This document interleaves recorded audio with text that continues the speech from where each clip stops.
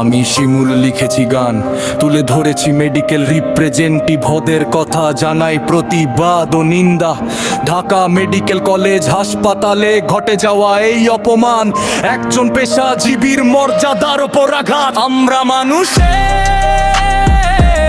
জীবন বাঁচার দালাল,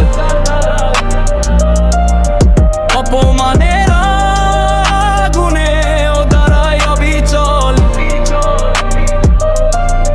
তুমি যাই বলো আমরা থামি না কোনো কাল। আমরা মানুষের জীবন বাঁচার দালাল। দালাল নামটা দিলে সহজ একটা শব্দ, কিন্তু এর পেছনে আছে হাজার স্বপ্ন, রক্ত।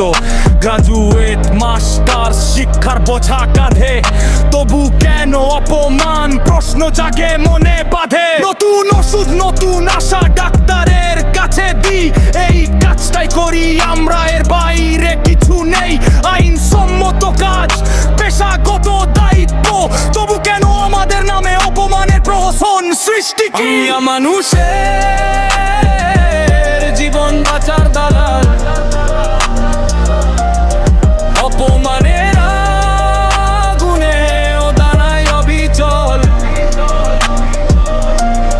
তুমি যাই বলো আমরা থামি না কোনো কাল। আমরা মানুষের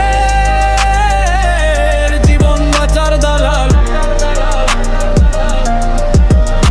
ঢাকা মেডিকেলের সেই দিন, অন্ধকার এক ছবি, কর্মরত মানুষদের করা হলো অপরাধীর মতো গ্রেফতার সবই। কোনো আলোচনা নয়, কোনো সম্মান নয়, আইনের নামে কেন এমন অপমানময় ক্ষয়?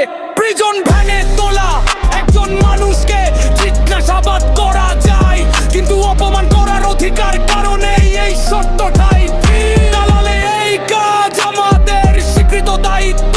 চিকিৎসকদের সাথে আলোচনা এটাই পেশার নীতিত্ব। আমরা হাসপাতালের অংশ, বহিরাগত নই। দালালাম দিয়ে আমাদের ছোট করা ঠিক নয়। পরিশ্রম আমাদের পরিচয়, তবু কেন সমাজে আমাদের এমন অবমূল্যায়ন হয়?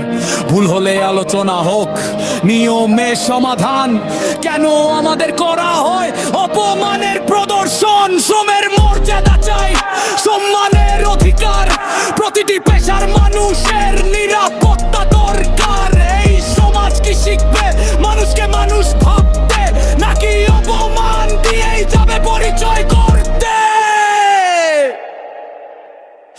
আমরা মানুষের